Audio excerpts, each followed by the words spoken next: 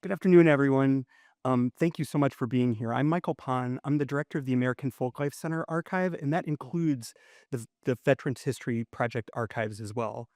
The Veterans History Project is dedicated to collecting, preserving, and sharing the personal accounts of U.S. military veterans. Our mission is to ensure that future generations can better understand the realities of military service and the sacrifices made.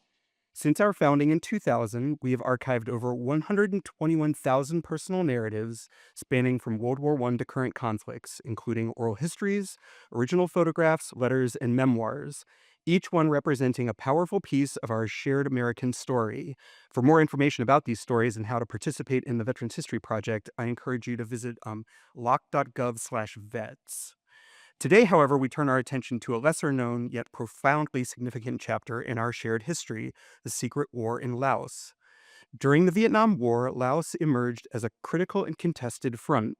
The Ho Chi Minh Trail, serving as a vital supply route for the North Vietnamese army, cut through the Laotian countryside, prompting a response from brave soldiers of the Lao Special Guerrilla Unit and the Royal Lao Army, along with U.S. advisors, CIA officers, and special forces. Many of their operations remained classified for decades. We are privileged today to hear from both Lao and American veterans who lived through this extraordinary period. Their stories encapsulate the courage, sacrifice, and complex realities of a conflict that extended far beyond Vietnam's borders. While the Veterans History Project primarily focuses on preserving the narratives of U.S. veterans, we are immensely grateful to our colleagues in the library's Asian division, who play a vital role in collecting and safeguarding oral histories from our Laotian allies. Thanks to their efforts and the dedication of individuals like Susan Callow, who conducted numerous interviews for both the Veterans History Project and the Asian division, these essential stories will not be lost to history. Thank you for joining us today as we listen, learn, and honor those who served.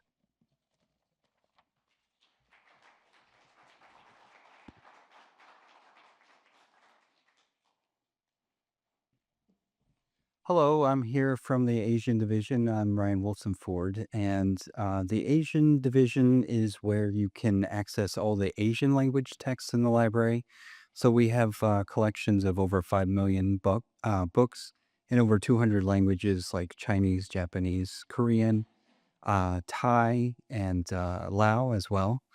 And we have other languages from Laos as well in our collections, including Hmong, Eomian, and Khmer. One collection that we're particularly proud of is the Lao Special Guerrilla Royal Lao Army Oral History Interview Collection. And this currently has 8 interviews, including from individuals on this panel. But we are going to continue adding to it, and we hope to add other languages as well in a larger collection, including Vietnamese and other languages as well. Hopefully we can expand on what we have done so far. And for the panel today, we have several individuals. We have Thomas Leo Briggs, and he served in the CIA for 26 years, including some time in Laos. And then next, then we have Tui Teravong, who served in the Royal Lao Army and the Special Guerrilla Units. And he served as a forward air guide, an interpreter, a liaison officer, and he fought in important battles on the Plain of Jars. And then we have Osa Piendang Gilstrap, and she is daughter of Boalong Piendang, who also was a Royal Lao Army soldier and Special Guerrilla Unit member.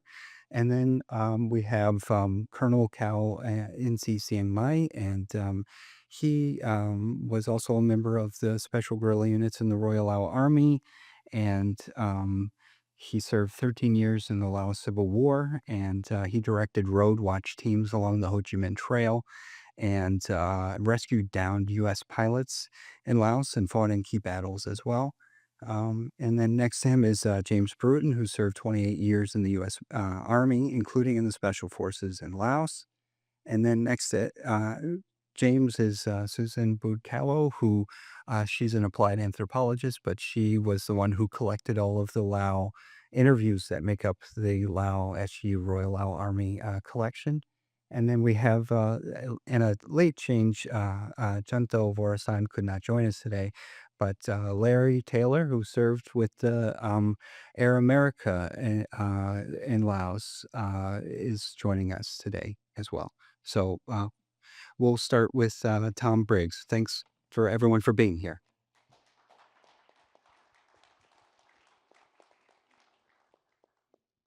Uh, Thanks, Ryan. I want to thank you and the Library of Congress giving us this opportunity.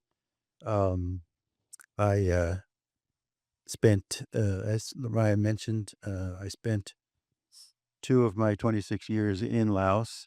I joined the CIA in 1969. I was recruited specifically to go to either Vietnam or Laos, and I wound up in Laos. I was a special operations case officer. I had about 300 men who were the equivalent in the military of long-range reconnaissance, intelligence collection, and that kind of thing. We uh, it's a little hard to go into that's 2 years worth of small things. I'd like to maybe rise up to the elevation of about 20,000 feet and give you a picture overall of what was going on out in Laos. Uh, Laos was divided into 5 military regions, and number 1 was up in the northwest at Nam You, operated against China and Burma. Military Region 2 is the one you mostly have heard about. That was centered in Longcheng and centered around the Hmong and other Lao Sung tribal people. MR3 was in Savannakhet. That was more in southern Laos. You didn't hear much about that. That's where Colonel Cao served. Um, MR4 was in the south, far south of Laos. That's where I was. General Suchai, who's not here now, he was one of the most brave and honorable people that any of us that served in Laos knew. I certainly wish he could be here so I could mention that to him. And I think I missed MR5, which was Vientiane around the capital. Not very lively as far as combat. A lot of people hear about the war in Laos, and one of the things you hear is it's called the Laos Civil War, and they fix it from 1961 to 73 or 75. I'd like to point out that I think if you decided to read about this, there was a civil war. It started probably about 1959 and only lasted for a few years. After that, because of the invasion of Laos by the North Vietnamese, who wanted to dominate the um, jungled area, the highly unpopulated area of Laos, which represented 70% of the landmass, to send their men and material and ammunition down to South Vietnam, the we had the mission of trying to interdict that using our people. Like my program was called Road Watch. It wasn't really watching roads. I changed it into other things like intelligence collection and capturing North Vietnamese soldiers. Anyway, as I say, nowadays, what you run into now is you find that the war was reported as being in the north, in Longcheng, and about the Hmong.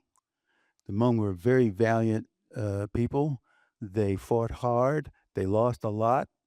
They've come here and they have West Point graduate Army generals. They have judges. They have legislators.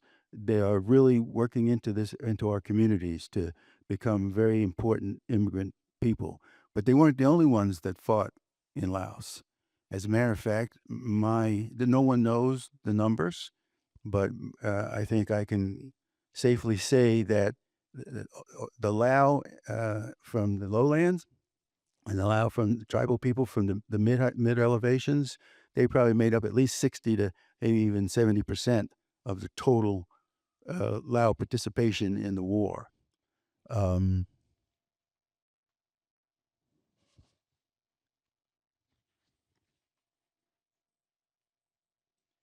I someone asked me the other day, well, why do you think that the war was covered so much in the North and nowhere else? And I thought to myself, they have this joke about World War II, where they say, why does everybody think that the only people who fought in the Pacific were the Marines, where the Army had many more troops in the Pacific than the Marines? And some Army guy said, well, they had a photographer in every squad. Well, that's what happened. A similar thing happened in Laos. If you had heard something about, oh, there's something going on in Laos, and you were sent out there as a journalist, you would go to Vientiane, and there were bars there, and there were Lao, there were other people associated. The case officers would come back off the PDJ, the plane of jars, and they'd go to the bars and they'd talk and intermingle and whatever.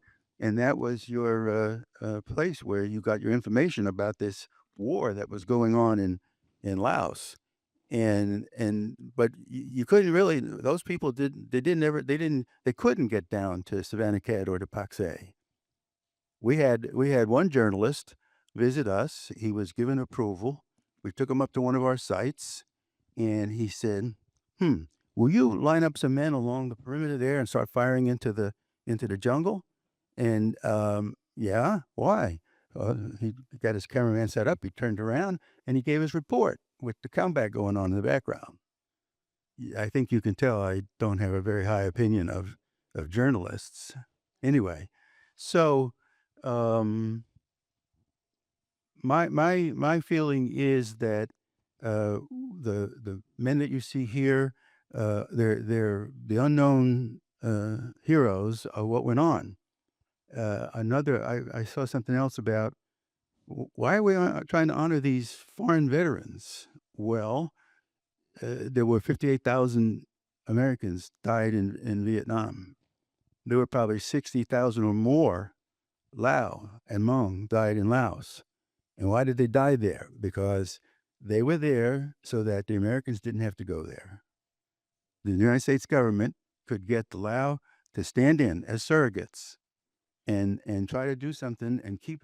We like to claim, those of us who were there, that the good thing we did was we kept a large number of North Vietnamese in Laos defending their logistical line, and then that way, if you know your history, Lam Son 719 was an attempt by the United States government to have the ARVN go across from Vietnam into Laos to cut that trail. And by that time, it didn't work and it failed. Up to that point, the activities of these veterans was keeping the North Vietnamese tied up there. And so I would say to anybody who's concerned, these people and the ones they lost were the ones that made it possible that U.S. soldiers did not have to go over into Laos and try to thwart the North Vietnamese there, or even to try to kick them out. And so if you think that you wouldn't have lost 60,000, you might have lost 30,000. So let's put that number as 30,000 saved. No one's going to know anyway. So I think, how close am I to filling my time? Am I at the limit? Okay. Well, I actually spent some time writing a book, and I confined it to 2 years. My 2 years that I was in Laos, I put as much detail in it as the CIA censors would allow me to print. And so there's the details of a lot of the things that I did in my book. We also have an organization, the Coalition of Allied Veterans of the Vietnam War, and we include, at this point, Afghans, because we spent a lot of time trying to help Afghan interpreters. And you can go, it's simply cavwv.org. And that's a website where you can see a lot more about what we've tried to make available to the public to read about, more of the truth about the war in Laos than you probably see. So as the congressman sometimes say, I yield my time.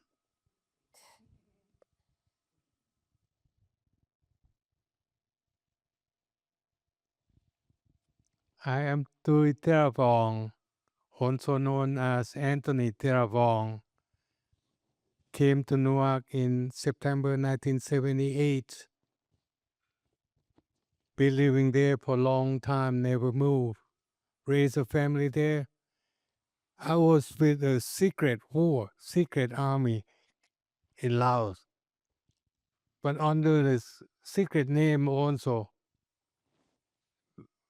We supposed to like go out and build school and temples and stuff, but we go out and fight and kill.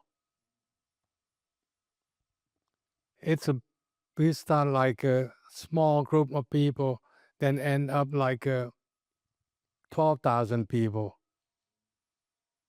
on the payroll, but I don't know what's a ghost payroll though. But we start, me and I and American advisor, we start like a few hundred people and then end up at 1,200 people. Like we try to stop the war by not allow the North Vietnamese supply through Ho Chi Minh Trail. But it didn't end up there. It ended up everywhere. Everywhere they ask, request us, we go. It's like a mercenary soldier. We go, we fight. We go on foot and fight.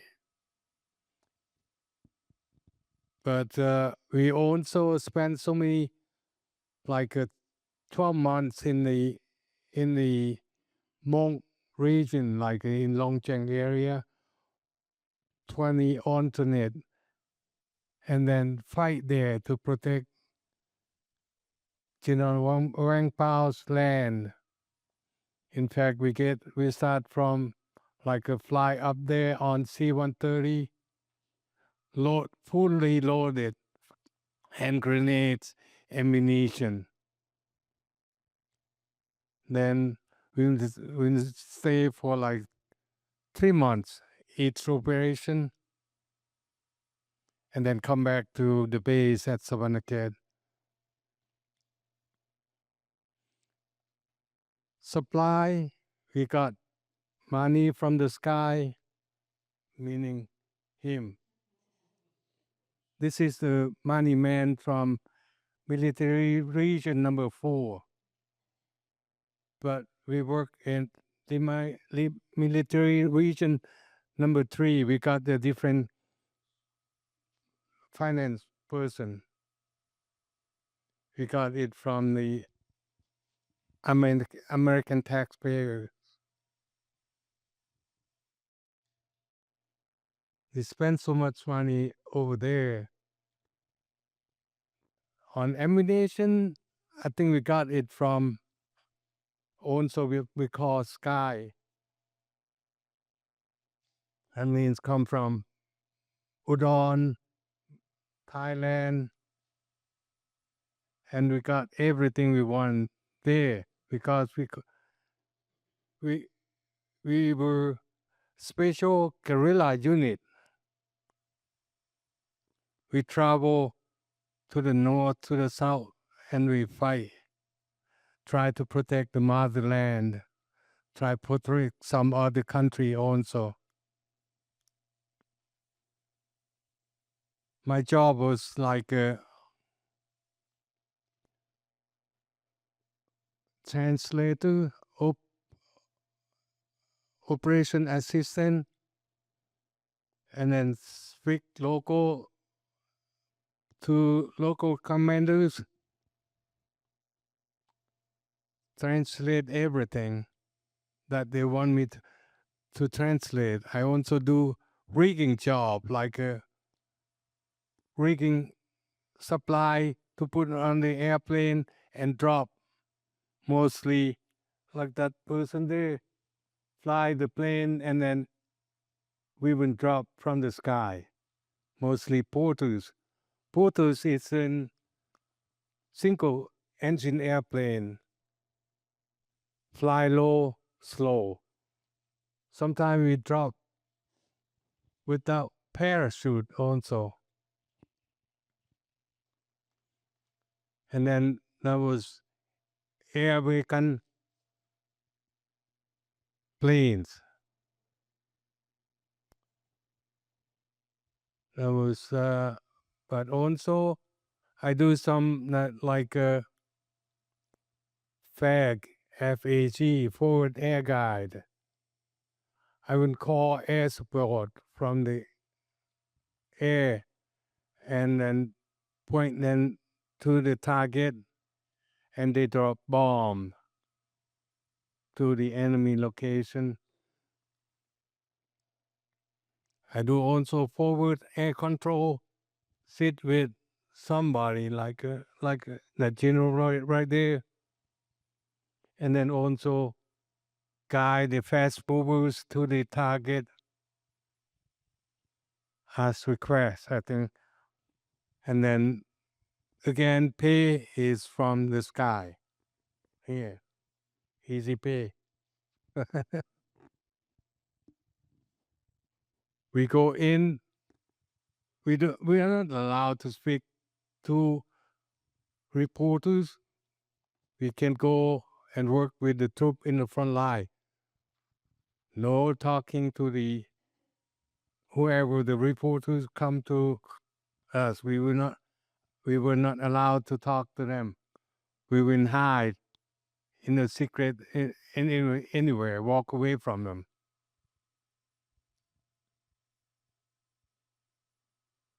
That was my life back then. That was a tough life, but we gotta do it. You also. That's all I have. Okay.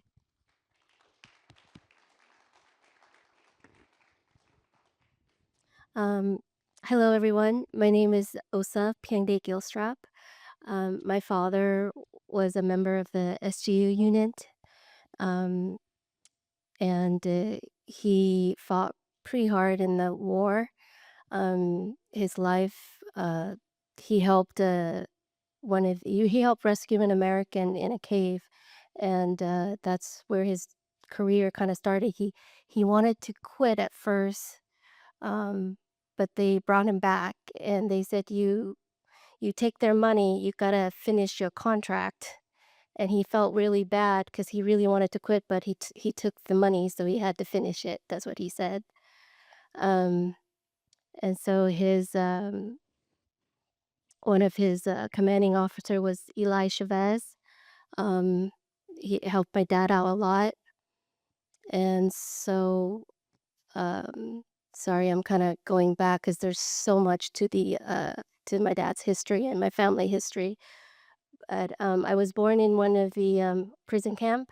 My father did not make it out after the Americans left, and so my siblings, most of my siblings except for one, were all born in the prison camp, and they moved us around a lot. And the different camp has different environments. Some were not so nice, and the others were kind of was a little bit lenient. Um, One of my earliest memory, like usually you remember like some of the trauma. One of my earliest trauma that I experienced when we were there is uh, they had us in a group, all gather around this gathering, and for some reason, um, they executed one of my uncles, like in the head, and I remember I was shocked, and I was like, I really didn't know what was going on, and one of those camps were pretty horrible. They really didn't like us, and so they have like a speaker, kind of like a loudspeaker. So they would tell us like every single day how horrible we were, what piece of trash for helping the Americans, um, like you, like just some everything negative, everything we do was so horrible, and so it has an effect on us, and it has effect my family too, my sisters. Um, so that was one incident, and I remember like they would torture my father as well when he was over there, just trying to find some information from him or whatever. So I remember him. They lay him out like a medicine man, and they would torture him. They would also torture us too as kids, because if they could break the man, they go after his family, and so they would torture us. I think my father felt bad, so he taught us what the CIA, or when in his military training, he taught us, who taught me after, to like what they call it, um, disassociate the pain, and so I would get whipped, in my back. They sliced my finger. But I didn't. The first time I screamed when they sliced my finger, that was the last time. I didn't make a sound. But after my father taught me, I didn't. I guess it saved my other sibling from being tortured. So um, I was pretty young. I don't quite remember. Maybe 8, 9, maybe. It was just towards the end of our prison time. um, but uh, yeah. Um, yeah, I wanted to. I know my dad would. Um, if he was alive, he probably wanted to be here and speak. Um, what happened, during the war, after the war. And I also want to thank you to all of you who are interested during that time and for giving us a voice to speak, for the my community, Laos community. Um, I don't know what else. I'm actually not quite prepared. I should be a little bit more prepared. uh, but yeah, there was a lot going on during the Vietnam War. Um, it's just unfortunate that my family didn't get out on time, and we were caught in the roundup, and we ended up heading towards camp. My family was in there. Or, well, my father was 14 and a half years, close to 15 years. And at the end of his time, they gave him a release paper from the Pathet Lao people, the communist Laos. So they gave him a discharge paper, and that he could go back and relive his life in Laos. But my father never wanted to stay because you never know, they come after you. If the whole family, they would kill you. So we head to Thailand to immigrate to the U.S. because U.S. was opening up, the borders and accepting people from Laos, and so we headed over there. Um, we first, uh, when my dad uh, got in to Thailand, and they said, well, they're gonna send us back because we don't have papers. My mom was crying. We were in jail. They're gonna send us back to Laos. And luckily, one of the police officers, recognized my father for recognizing him because he served with him during the war. He was Thai, and he's like, "Sir, what are you doing in jail?" He was like, "Well, I'm trying to get to America." And so he's like, "Oh no!" And so he hooked my dad up. He got us out the next morning. He hooked us up to the ICM, which is the organization that help refugees immigrate to the U.S. So they checked, I guess, my dad's record. We didn't have to wait long. I know my dad wanted to. He wanted to go to a station in Hawaii. He wanted to go to Hawaii, but there was a wait list for Hawaii. And so they're like, okay, he's like, get me to the fastest as you can, like wherever place is. And so we end up in Alexandria, Louisiana. So we were there for a little bit, maybe 7, 8 years, maybe. And uh, my my dad um, I guess there's still a lot of discrimination in Alexandria. So he asks the people, where what state has the most Asian peoples? And they're like, okay, well, maybe Washington State. And so that's where my family moved. We have a relative there, and so they welcome us to Washington State, and that's where my family has been. Of course, we grew up and moved out, but my dad often talk about the war. He tells me the stories. I know my sibling. They're kind of like they don't want to relive the bad memories, so they would not like just push it back and don't want to remember. But I know it is important for our history. So we should talk about it and record it because it is important. So and I thank you for the Library of Congress for giving us the opportunity to do that. Um, Anything else? Me? Thank you. No? No? Nimba. Yeah. Uh, Good afternoon, everybody. I'm very honored. I'm very honored to sit here and talk about the secret war in Laos.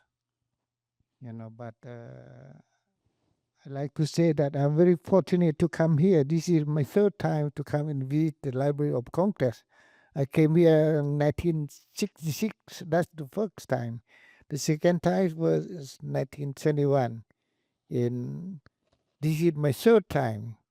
I went to the library and read about the books on Laos.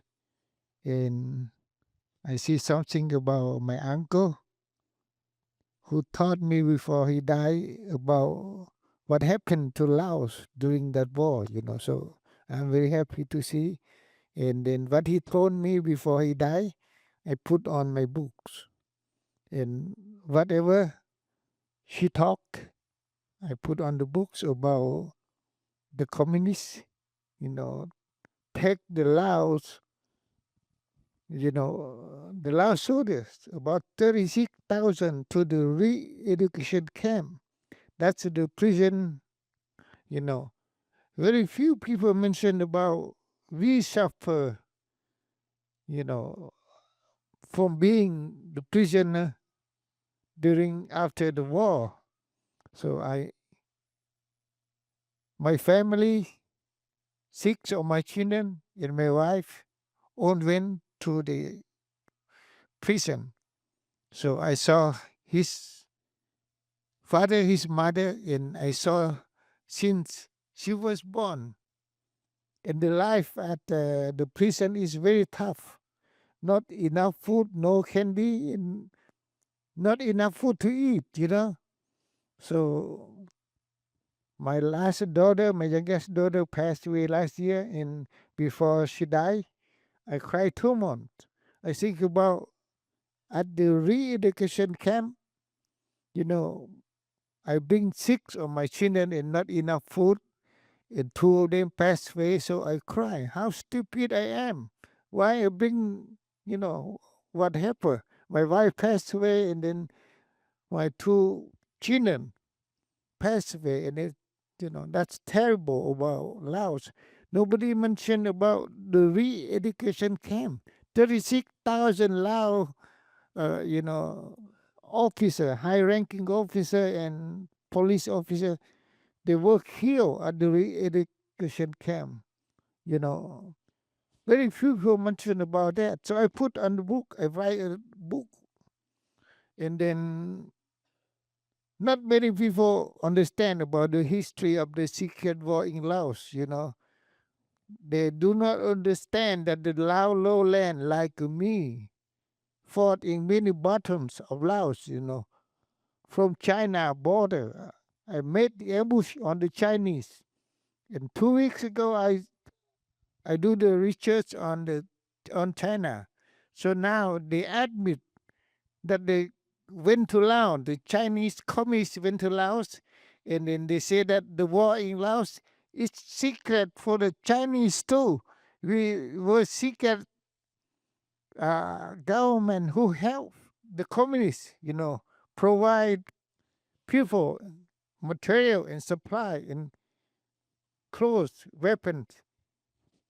Nobody mentioned, nobody knows, but I'm the person who fought them. I wrote on my book, oh, this is true. I have to tell people that the Chinese also, came to Laos. And then the war in Laos, very few people understand. Even a secret war, even a small country, we lost about 50,000 killed. But it's very tough war, It's very tough war. Before the Chinese, before the North Vietnamese, I was wounded twice.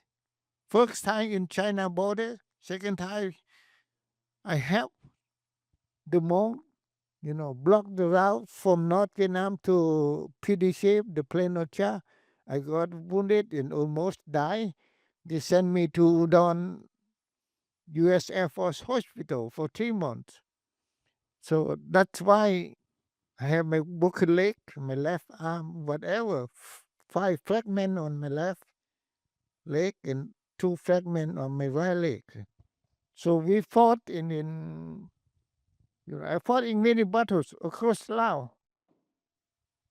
One battle in the South China border, 2 to help the Hmong, 2 in southern part of Laos, and mostly on Ho Chi Minh Trail for 6 years. And I want to thank my friend here, Jim Rutan. We were at the same school, Advent 71, same time. After graduation, he went to Laos. I went back to Laos and meet him again. Then his team trained the anti-tank, weapons before I went make the ambush on the tank column on Ho Chi Minh Trail, So his team trained my regiment on heavy weapons. I sent one company there and then train. So make my unit strong. In my regiment, 34 Special Guerrilla Unit Regiment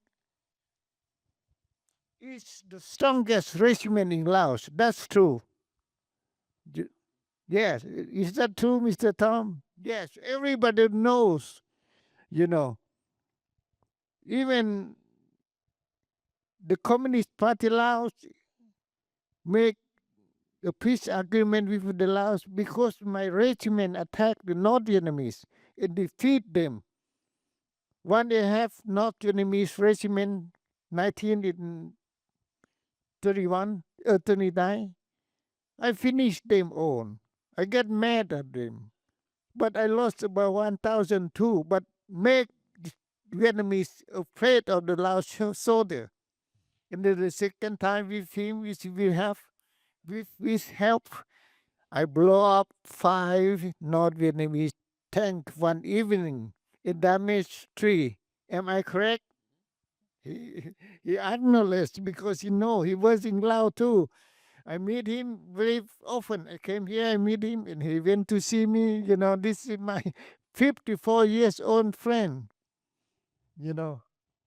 I'm glad.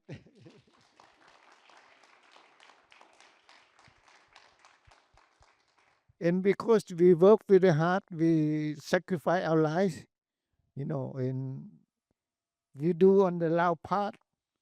But we destroy many North Vietnamese, blow up many tanks and trucks, The American Special Force, every American veteran, they understand what we did before, except politician and policymaker. They do not know that the Lao fought. They do not know that the Lao lowland like me are the very brave soldier in Laos, right, Mr. Tom? Because the chief of the CIA, Mr. Tower, when he passed away, his wife asked me to come in say something, say the remark. He went with me and he went with me. So for the Lao vet, we feel very depressed because politicians do not know that how much we sacrificed during that time. The blood that we shed, the tear that we shed, make the Lao people in the Lao veteran to come here. And I think save American life too, because not many people mentioned about that. So when I think about the war, I cry. And I have to do a book, write a book with the help of him and with the help of his Tom. My book will be finished in about a month. It will be the best book that know about the history of Laos.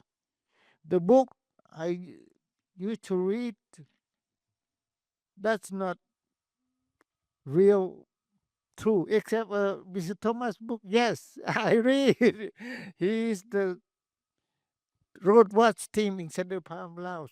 So I feel very depressed, and then I have to write a book. I have to come to meet someone at Congress and talk about the Lao people. Why don't you don't recognize us? A lot of things for many years. So I'm glad I come here and let the world know that we need some recognition because we sacrifice a lot. That's the real thing. I lost thousands of my soldiers under my command, and I don't want to say how many thousand. I finished the North Vietnamese. Nobody knows. If I am American officer or American soldier, I might get some medal. But here I get nothing. Even I apply something, they said, you are not a soldier, you are not SU. Because you know English. I say that, as a regiment commander, you want us to be illiterate? We became smart because of you. I trained here 2 years. They sent me to many places to be a smart person, to know how to fight. So we became good soldier because the American government want us to be good soldier. They send me to see West Point. They send me to see whatever. I cannot remember, but they want to make us smart. Smart. A smart person can defeat the enemy. Not politicians believe that if you are an SU, you must be illiterate, become American by, freaking Laos. And then I come here very often and they have help of my friend and Mr. Tom. We went to Congress and ask them to recognize, give us some benefit, Don't say that you are not American soldier. Yeah, my leg, I feel very sad and very painful all the time because of the war. Thank you. Too much.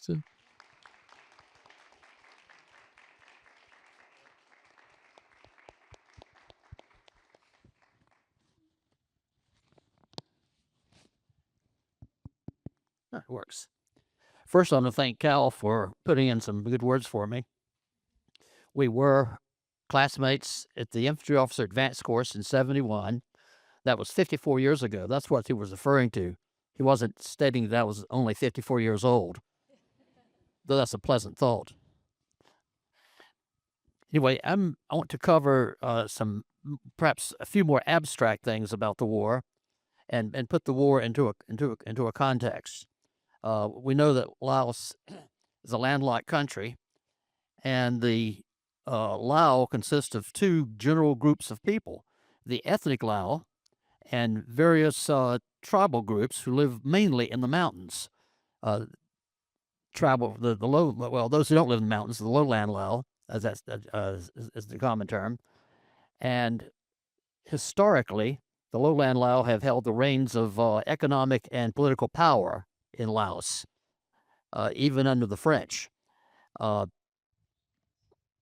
The tribal peoples have their own customs, traditions, and they want to have a little more autonomy for themselves, but that's an ongoing battle within the country. The French granted Laos autonomy in 1849. It'd been kind of a colony, it'd been a protectorate, and the problem was the France. So the France gave the Lao the right to form an army. It had to be commanded by French, and because it had been dominated by a foreign country, they did not develop they did not have a strong officer corps at the time. You have to develop a strong officer corps and have a military culture that grows on itself, improves. The challenge that the Americans faced, and I think more or less dealt with correctly, was to help take Laos and improve the quality of its army. Though the results did not show themselves during the time that the war went on, because the war ended earlier than we could start producing the results that we wanted. Well, not we, the Lao, could produce the results we wanted. But promising Lao officers were sent to the United States to learn English, were sent to various schools. We trained Lao cadre on how to train others, train the trainers. And this was beginning to show some results. A lot of the young officers, a lot of captains, like Cal, who was at Fort Benning with me, realized that there were some old fogies that were holding their army back. And they wanted to advance, take charge, and turn the Lao army around and make to a more professional force. And as I said, time ran out before that could be achieved, but that was the right step for us to take. What are the themes of my talk? Because I'm going to cover a lot of details here. I'll try to put things into a context. First of all, the war that the special guerrilla units took part in could be called unconventional warfare. In the U.S. military, UW used to mean primarily helping underground resistance movements like those in World War II in France and Yugoslavia and other countries, overthrow an occupying country like Germany, or at least assist the Allies during the liberation part of the war. Unconventional warfare also can include using indigenous forces for reconnaissance and intelligence, direct action, guerrilla warfare, and other special missions in dominated or contested areas. And that is the set of techniques that we used in Laos. That's the reason that the U.S. Formed a special group of the Lao Army, special guerrilla units, to conduct unconventional warfare. Another theme is the importance of having cooperation with capable allies. I'm thinking of Thailand. Without Thailand, we could not have functioned there at all. Third theme is that you have to have highly specialized units to conduct unconventional warfare. And I'm going to go to, in a few moments, a Thai unit called PARUS, DARUS, Police Aerial Reinforcement Units. It was one of their major unconventional warfare wings. It operated in Laos side by side with Americans, and the Thais were absolutely essential in that war from our point of view. And the final point that I'm going to try to emphasize is that on the U.S. side, a finite number of people managed and supported the paramilitary program and represented a significant force multiplier in the use of Lao troops.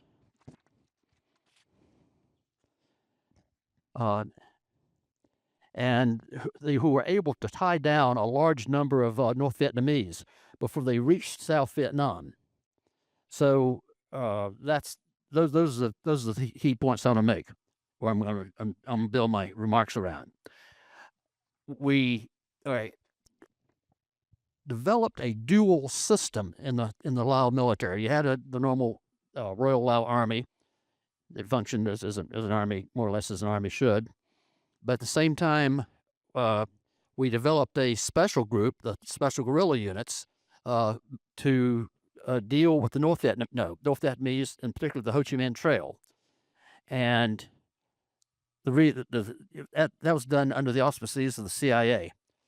In 1962, the world powers supported a Geneva peace accords in Laos to neutralize the country, and to get foreign military forces out of the country so that the war would end. And the U.S. withdrew its forces, but the North Vietnamese, guess what? They did not. How do you fight a war if you don't have military forces within assisting the allied nation?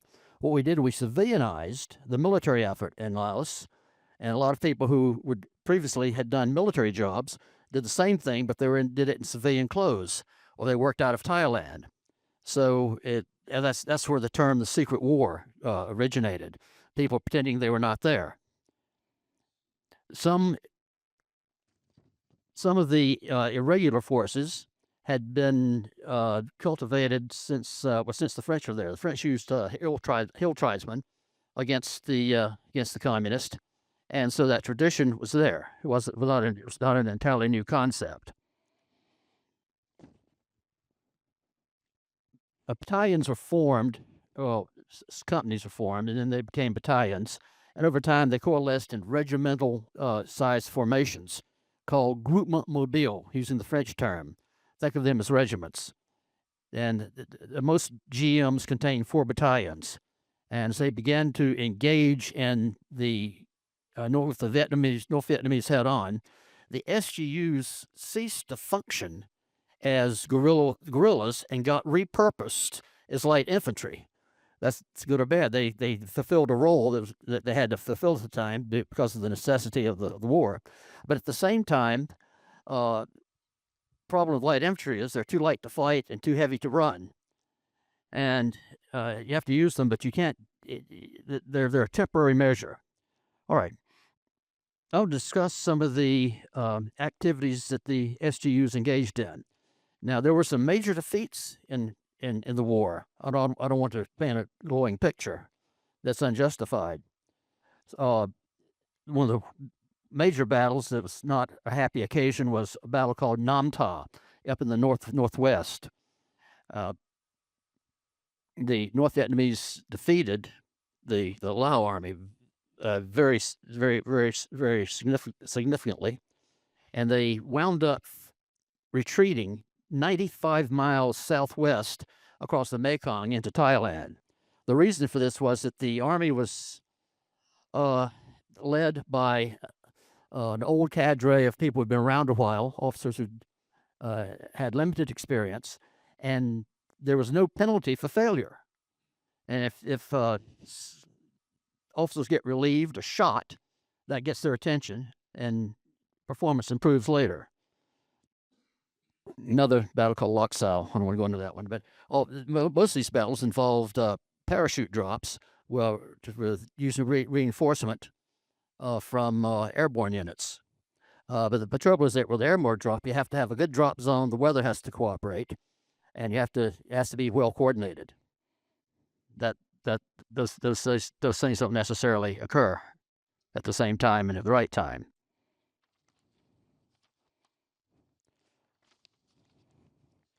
In Military Region 2 that's been mentioned, that is a kind of a run. The region runs from east to west, and it's in the Hmong area of Vietnam, of Thailand, of Laos. I'm getting my country straight here. Runs from east to west. All right. The commanding general of MRT was Vung Pao. He was a Hmong tribal leader. So he had his people's allegiance before the fighting even started. And the Hmong put up a tremendous fight throughout the war. And right after a couple of defeats, Vung Tao launched an offensive across MR2 toward the east, and we took much of the territory that had been lost previously. All right, one operation that's not well known, I didn't know about it. A Lao Tung, one of the tribesmen, sergeant, conducted the largest POW rescue mission of the Second Indochina War. Some intelligence said that a large number of POWs were being held near the Ho Chi Minh Trail and on the northern terminus of the Ho Chi Minh Trail, or that general area. And the sergeant got his team together, got approval of the Americans, and his rescue team was inserted 2 days walk from the POW site. They marched to the site, surprised the guards, and about I make business. They hit him early in the morning, but the result was where the hell's the number? 30 freed prisoners fled to the jungle, but the rest were extracted and brought back to Savannah Cat. And it's the largest POW operation, rescue mission in Indochina during the Indochina War. There was a Battle of Nambak. I don't want to go into it because it was not successful. The point I'm trying to make here is that most wars have defeats as well as victories. And could you turn that page for me, please? I'm trying to give a balanced picture here. Okay.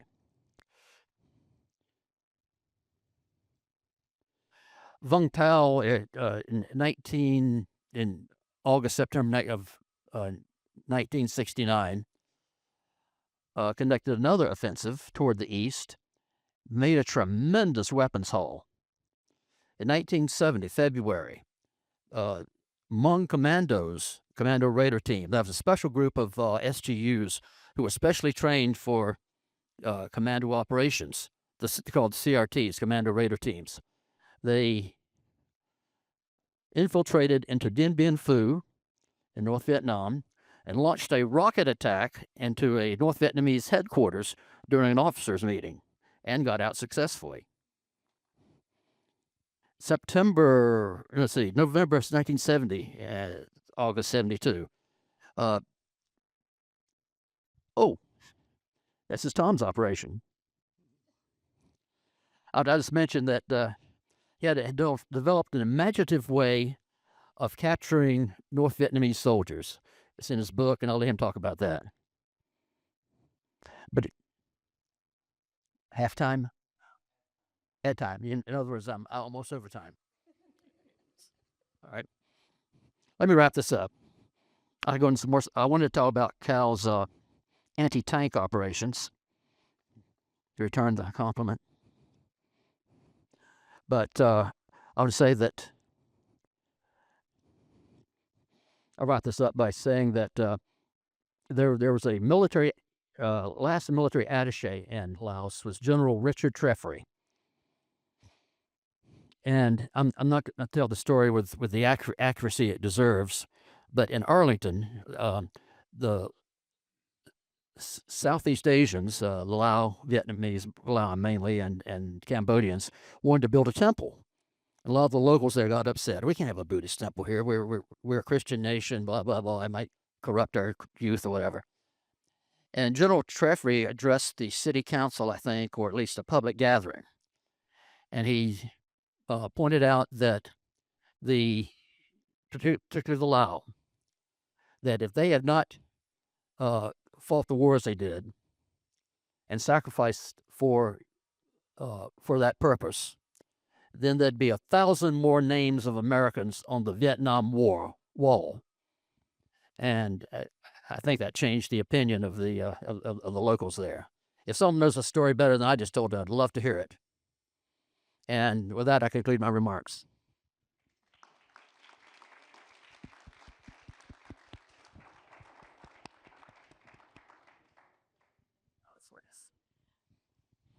Can you hear me now? Okay.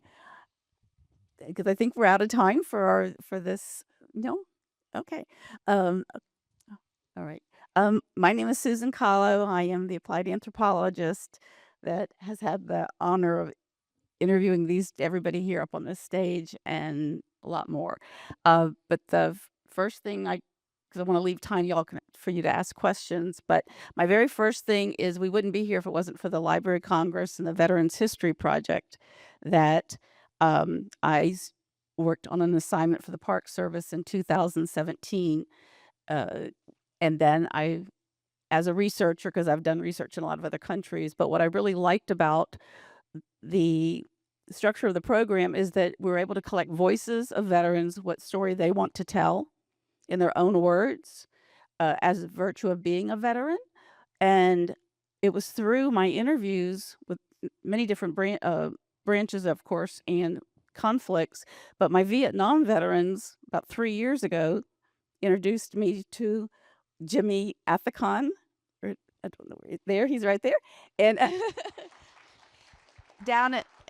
and I was in Atlanta, Georgia, and I didn't know anything. I mean, of course, I knew some stuff about the history, but I sat down with him and started listening to the story. And Eli Chavez, who keeps coming up, and I want to say his name because he wasn't able to, not able to be here, but we hope that he will get to listen to this. And I could tell we just recorded it and just jumped in and did it, which is kind of what I do. I go in the field. I go where people are sitting, where they're comfortable to do interviews. It's not structured, but I do follow the format that the Veterans History Project gave me. So what I did is follow the same format when I started meeting the Lao and the Secret War, not knowing what I was getting into. And I literally, the very next weekend, I found out that Jimmy's son is a U.S. Marine. He was born in Laos, came as a refugee, served in the U.S. Marine Corps. So the next weekend, I interviewed him. And all I can say, I mean, that's just kind of how these stories started. But I needed a place, an archive to be able to put these interviews because they didn't quite fit in the Veterans History Project. But I felt they were entwined because I was meeting Tom Briggs and Jim Bruton, and then other people, Larry Taylor, stories just keep coming up of how they're entwined. So right now, I think it's vital to our understanding of the Vietnam War because we know so little about it and people are going to go back. So I just want to explain kind of how I got into this, and any young people, I encourage anyone to please look into it and pick up. It's educational. I also have taught at Georgia State, and I mentor students and have internships where I can shift my hat and put on, qualitative research and to listen and record a voice. Because we're losing them if we don't get the firsthand information. So there's so much more to be done that I cannot do. But I just want to say everybody up here and there's many others, they're being very brave to speak because it's also not easy. And even to be here, but we're here representing all the others who cannot be here on both sides, everywhere. Yeah, there are many people and the children and the next generations, that's what your stories are for. So I also want to add a thank you to General Suchai Vongsuphon that I had also interviewed him. He's not able to be here, but they visited with him, and I hope, again, he'll be able to listen to this. And all of this wouldn't happen if I hadn't looked through who's the Lao expert at the Library of Congress, and I find Ryan Wolfson Ford, and it's like a match was meant to be. So thank you, Ryan, because, again, you're going to be carrying the Asian division here at the library. I did my first visit there today, and it's amazing. And the stories that come to me, the personal experiences, are the richest stories. And then you have to put them together, and everyone knows their perspective. And so I'm constantly encouraging people. To me, the value of doing oral histories, or I say I take an ethnographic approach. I use that to emphasize my anthropology more because I didn't go in with an agenda. I didn't go in with my agenda of what they needed to tell me about a specific era. Sometimes it doesn't even there. The stories will go off into different directions. Osa, I've learned about her father and her, and it just comes to life when you talk to people. But we need these stories for the sake of our next generations and to clarify, because while you're here, while people are still here and can talk, you're able to speak for those that aren't here, can't be here. And so I know it's the Vietnam vets especially are now, it's not easy to speak with them, but there's a network, right? Once you get into it. So I hope that you got something out of the our panel discussion. It's hard, you can't cover, is a big topic, but we hope that it at least makes people want to, the younger question about when you hear about the secret war, go and learn a little bit more, that the secret in the Vietnam War was not just in Vietnam. And there's just so much more to it. So thank you for letting me be here, and thank you for everybody for it's such a huge privilege. Thank you.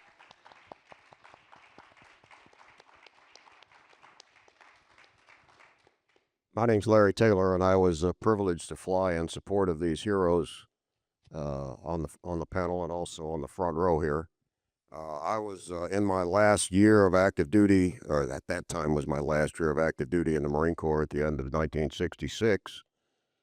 And I got interviewed right down the street here, down by the White House, 815 Connecticut Avenue. The building's still there.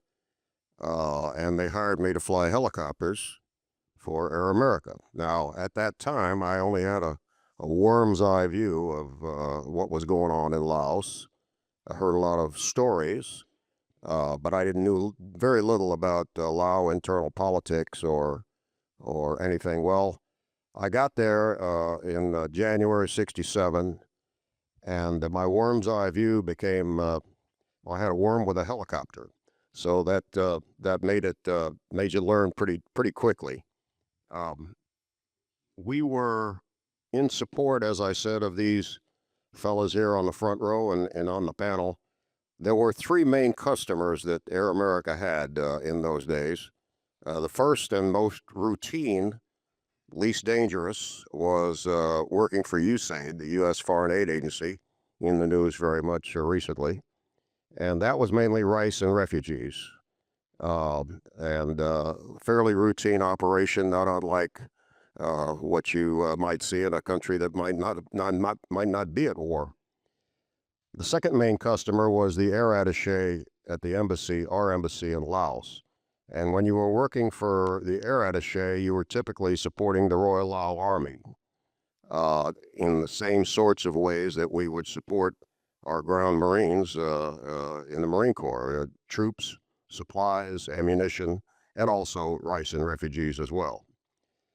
The most interesting and the most dangerous were when you were told to go work for CF713. Now, as I understood it at the time, 713 were the last three digits of a contract number, and that contract was what enabled us to go out in the middle of nowhere and work for a guy like Jim or a guy like Tom, and do things that were quite a bit hairier, usually at or near the vicinity of the Ho Chi Minh Trail or the Sihanouk Trail, which is the one that came out of Cambodia into Laos and then on into Vietnam.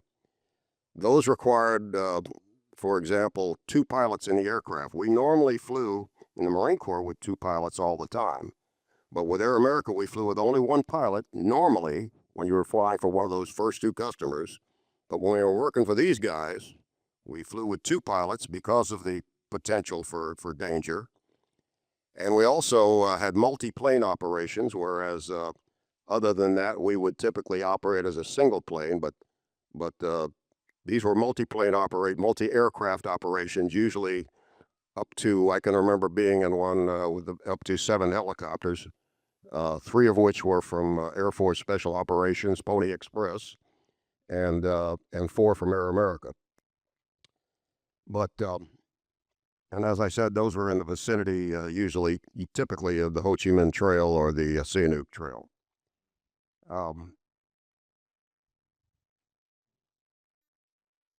I want to say I won't take up too much more time here, but I do want to say one thing that hasn't been touched on yet, and it's unfortunate. I'm glad Susan brought up the subject of children, grandchildren, and the next generation. Because unfortunately, what most people know, I'm afraid, what most Americans know about all of this came from things like that god awful movie, that Mel Gibson movie, which I'm sure some of you have seen on TV. They still show it, unfortunately, from time to time. And it was called Air America, and they made it look realistic, but the plot was a lie. It was worse than a bad movie. It was a slander. The underlying plot of the movie was that the reason why we were there was to smuggle drugs. Well, nonsense. That's like saying that we fought the Nazis because we wanted the Mercedes franchise. Just simply nonsense. So please, if you ever get around to seeing that movie, take it with a heavy, heavy dose of salt, because it's mainly a lie. Thank you.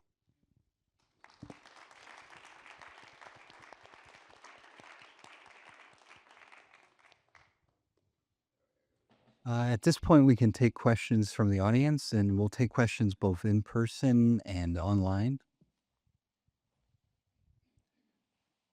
We'll for in-person questions, we have a microphone that we'll bring you so that it can. Joshua, can you? This person had his hand up. Including using the mic helps the audience online be able to follow. So.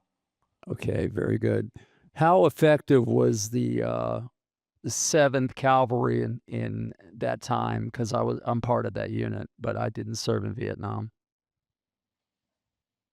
I'm sorry, what was the question? The 7th Cavalry, how effective were they over there with the Hueys, UH-1s? I'm afraid I had no expertise at all, man. I didn't serve those guys, I got it. Can anybody address that? 7th Cavalry was not. If you're asking about Laos, there was no 7th Cavalry in Laos. No.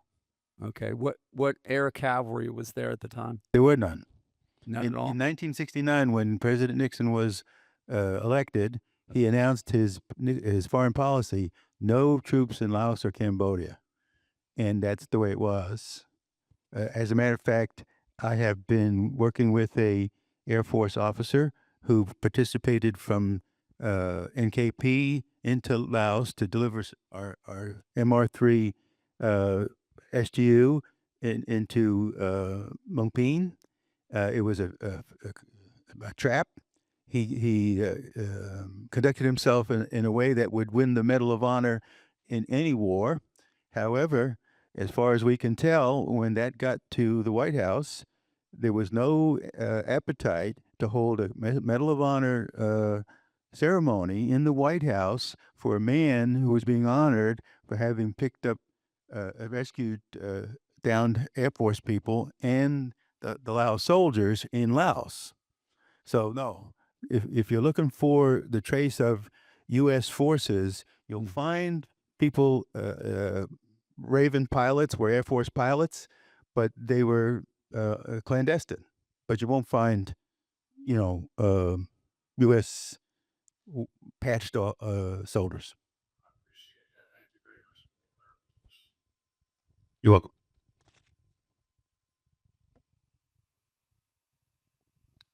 Sure, and we've got one question here from an attendee on Zoom. So for the panel, why do you think it has taken so long for some Americans to accept Lao and Hmong soldiers as U.S. veterans? How do you think knowing more about the Lao and Hmong contributions during the war will benefit the average American?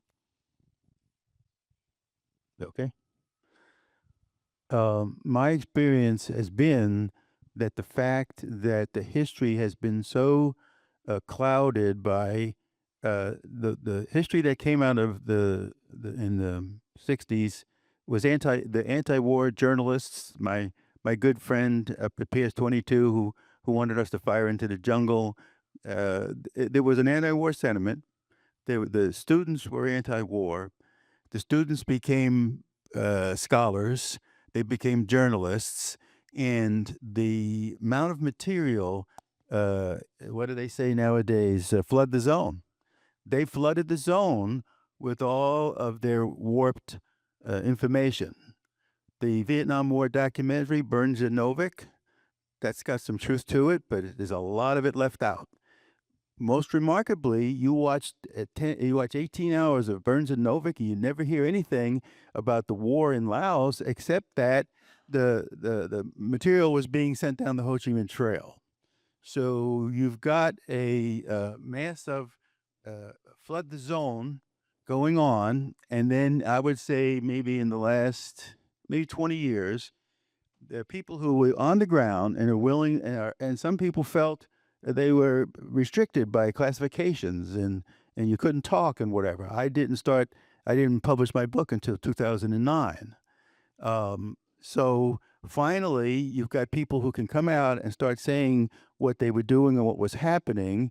But we're called the revisionists now. The people who flooded the zone with half-truths, they're the orthodox, and we're the revisionists.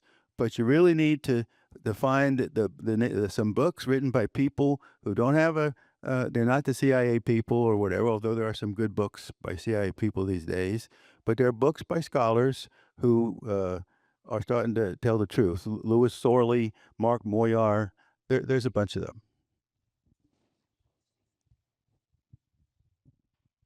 If you can hear me. For that question about the veterans, I would like to answer it as a researcher, add another dimension to it, because technically when I was doing the veterans, for me, if they had a DD-214 issued by the Pentagon, that and not a dishonorable discharge, they qualify for interviewing in the Veterans History Project. And so I knew that part, and I follow everything very carefully.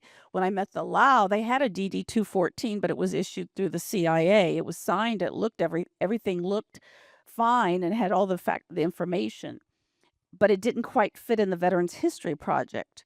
But in my interview with Jim Bruton, which we did at overlooking the wonderful reading room here, the Jefferson Reading Room upstairs, was one of my interviews here. He hit on, I said, what made it different. The SGU, what was different is they got air support directly from the U.S. That doesn't always happen because we train. The troops come from all over many different countries and come into military schools here for training, but that made it different. So I'm trying to tell the distinction because that was how I ended up looking for Ryan, because I knew and I got same with the Veterans History Project people. I talked with, it took us, Ryan, I think we started maybe not quite 2 years. I've been 3 years on this, but trying to have it be a place. So the answer, I think, from what I'm learning about this, is that when you start getting both the interviews from the U.S. side and the Allies, you start getting a picture that what we're doing up here now, that there's another category for the Allies that could fit, for example, the Afghans, things that interpreters. And so actually, there's so much more that they've been doing here, working on while people are still alive and can validate, and we have, is to provide some paperwork to support what to verify the actual people that really did serve for what you, because we don't have regular records.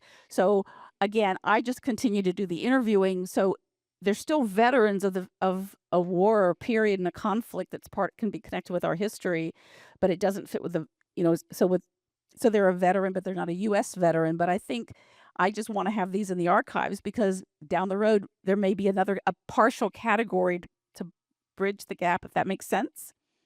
So I don't think it should be discounted. I think this is, we have the same issue post 9/11. So let me add one other thing. President Eisenhower met with Kennedy as a turnover thing, and they were discussing Indochina. And President Eisenhower said, Vietnam's not the big deal here. You really got to pay attention to Laos, because if that goes, we're in big trouble. Kennedy bought that. And he started looking into developing things. And so in 1961 or so, you've got first, he started, I'm not real clear on whether he started with the CIA and then switched to the military and then back, but one thing and another, it moved over to being the CIA running things in Laos. if you there's a vast database called FRUS. It's a State Department, and you can comb through there, and you cannot find anything that tells you just how did the government decide to do this? Where did they get the right to do this? What they were doing was, from Kennedy to every president after that, they were conducting their foreign policy under the table. You can't find anything. If you look for, well, how did we get into that war? Well, we declared war because Congress approved it. No, you don't get any of that. Then I went out to Laos, and I'm paying people, as it's been mentioned, and I say to my assistants, how do we know who these guys are? There are no records. So we made 5x7 cards, put a picture on there, wrote a name down. Do you think that that doesn't get anywhere? There are no service records for irregulars in fighting like that. The U.S. government put them there, but there's no paper trail. We pay them, but there's no service records. So nowadays, I participate in a certain amount of trying to get recognition for Lao veterans, especially in Minnesota, where Colonel Cow is from. And the current people, 40, 50 years old, they don't know anything about Vietnam and they don't understand. Well, what do you mean? An American soldier gets a DD-214. A Lao soldier doesn't get anything because there isn't anything. There isn't any record. There's nothing. So in our case, we have developed a certificate that we call a certificate of honor, where the soldier will fill out the application.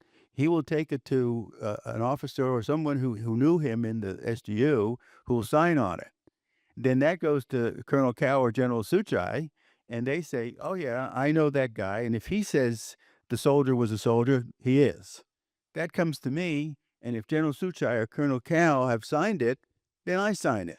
And then, as far as we're concerned, that's an SGU soldier. We've got a chain of honor that's gone back with people. We know honorable soldiers. We know brave soldiers, Colonel Cow, General Suchai. And so we're establishing that.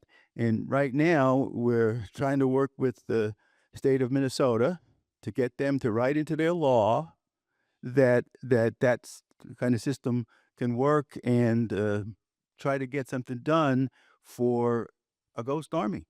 As far as the United States government is concerned, you can't prove anything. So we want to prove it for them and try to. I guess the question from Zoom was, how is it going to get changed? Well, it's only going to get changed if we can do things like that.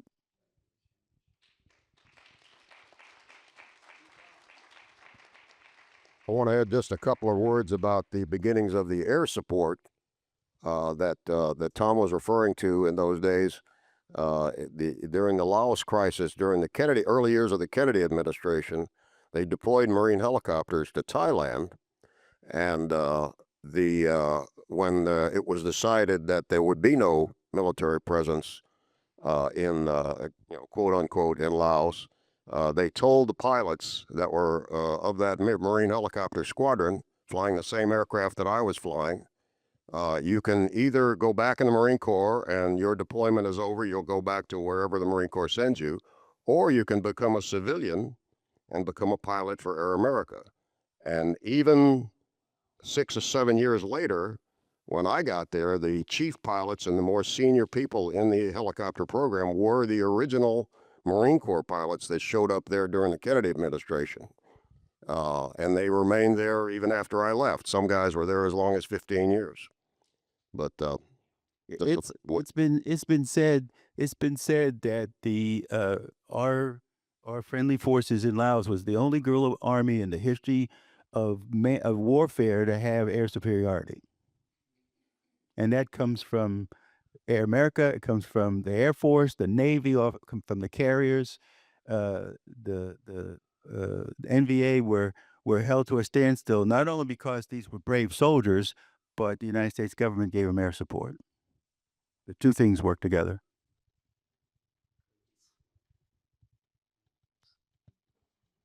Does anyone have any questions in the audience?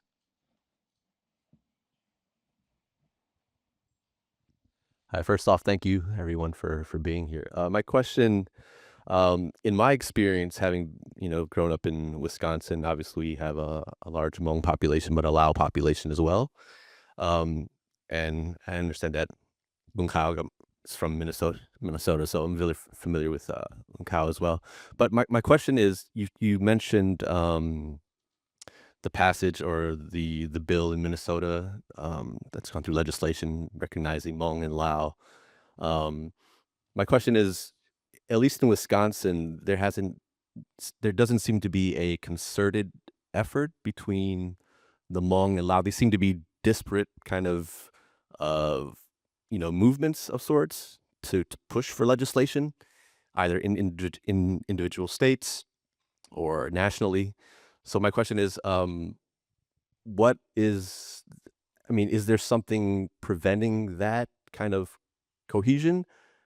I don't know if maybe there's something that's kind of going on that I'm not aware of, but I would just kind of get, Lung Khao's or Lung Thuy's I thoughts on that. don't want to put my foot in a bucket of bad stuff, but I have to say my experience watching this, I'm familiar with Wisconsin, Connecticut, other places that are doing this. The Hmong are a very strong cultural community. As I mentioned before, they've got people who've graduated West Point and made the grade of general. They've got judges. They are heavily into making this their country. I talked to a Hmong one time, and I asked about that, and he said, way back in our history, we were chased out of China. We were chased here. We were chased there. This is the last stop. We're not going to go anywhere anymore, and so we're going to make it here.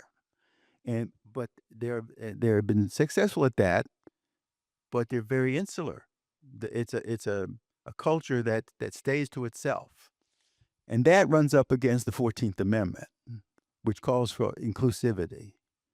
And so, no matter whether any of these groups don't agree with each other, because they're here and because they're making this their home, they're going to have to understand that they need to work together. And the answer to your question is, and I don't know why they don't, but they don't, and that causes trouble. In a case like Minnesota, there's probably 39,000 Hmong, and the number of, say, Lao is very, very much smaller. And because they have been so intense about establishing themselves here, they have numerous state legislators. They wield political power in Minnesota. And so what our coalition is up against is convincing the legislators that it's only to the good of everybody if their laws don't enshrine that separateness. That the law's got to say, you're a veteran of the Lao War, whether you were any tribal minority, a Lao, Hmong, anything, you're a veteran. You can be a veteran if you meet these other rules. And if the state legislature will accept that, and the law is in process right now, it's called SF 1959. It's being worked on, and we've caused it to be a certain amount of reconsideration. We've sent them an amendment to their bill, and it's in process. So we'll see what happens. But it's kind of like night and day. I mean, if you're against what we've said, you don't even understand the Constitution. Okay, I don't know if I answered your question. I get a little emotional about it.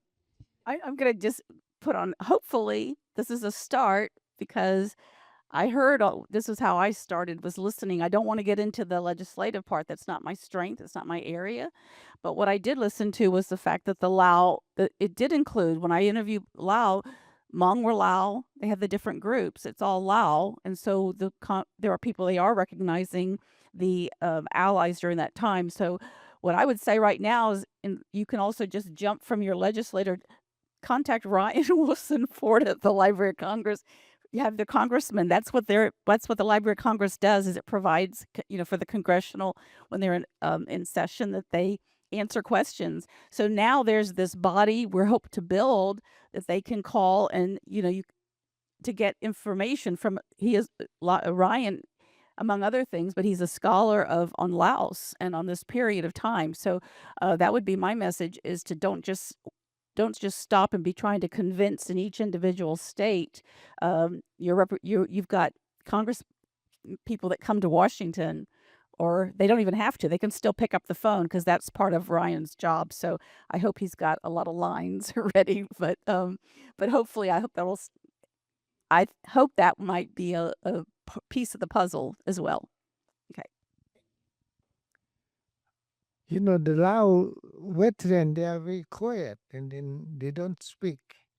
The thing is that after the war, 36,000 Lao soldiers were at the POW camp, like her father. And then when the U.S. government allowed the Lao to come to the U.S., about 1/4 of the Lao soldiers came to America, but maybe 3/3 they were captured to the POW camp, especially those who work with the CIA. Most of them are killed, and some of them cannot come here, and they don't want to speak, they don't want to talk, except her. You know, I appreciate her. She talk, but most of the Lao young people, they say, I don't care. I'm in America. I have good food. They don't care about anything. So I asked them to speak, and they say, I'm okay, because then very painful for me too, because those who fought, many of them died already at the education camp, So that make the Lao people who come here, those who did not go to the war, do not understand how much those who fought sacrifice, If they come here, I'm glad that they come and bring us here. But they do not understand that the life that the soldiers sacrifice, and the blood we shed, like myself, I got wounded 2 times. And the tear, make you people from Laos to come to the U.S. You cannot come here except you don't have any background or whatever you did for the U.S. government. So people do not know. So now I think this is a start of our hope. And because of the people here help, and we need the help from you, from everybody, to understand that we need your help. We cannot do alone, And many of us who are here, they die already, my friend. My U.S. Special Force who worked with me back in Laos, they they die already, they pass away. They are more than 80 years old. So I have many of my classmates, they die, many of them die, except him. Thank you.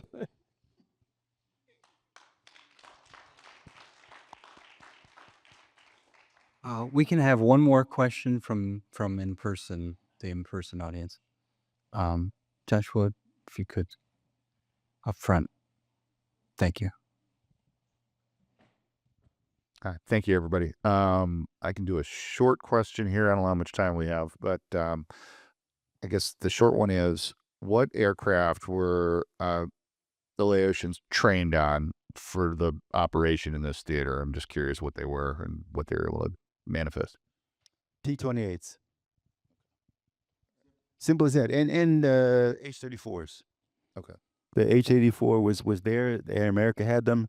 We had the Royal Lao Air Force had them, but the primary aircraft was T-28. Thank you very much.